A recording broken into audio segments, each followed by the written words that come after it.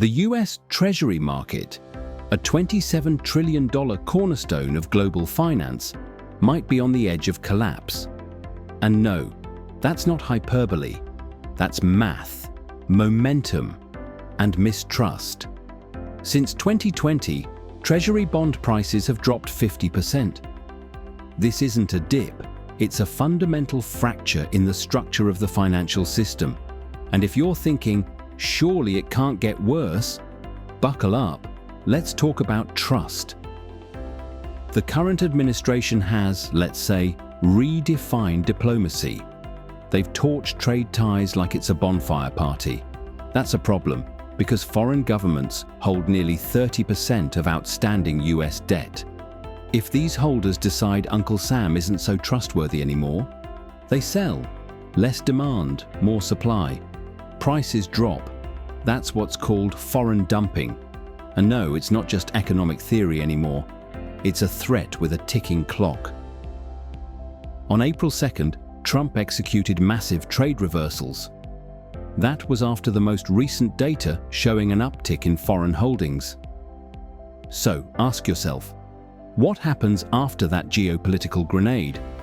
But foreign selling is just the surface tension. The real beast lives beneath, in deficits, debt rollover, and delusion. Since 2008, the US has run a $500 billion annual deficit, minimum.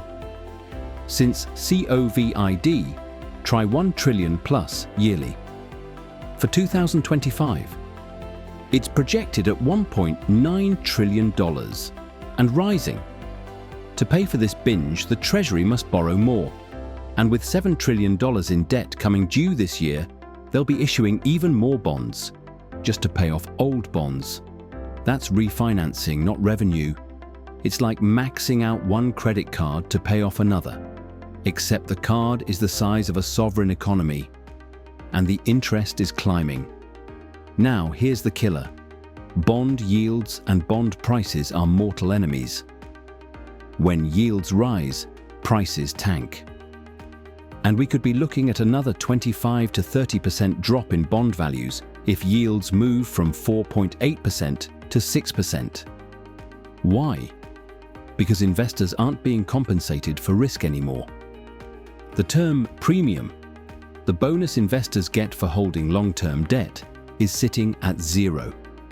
Historically, it averages 1.5%. Translation: we're way off fair pricing.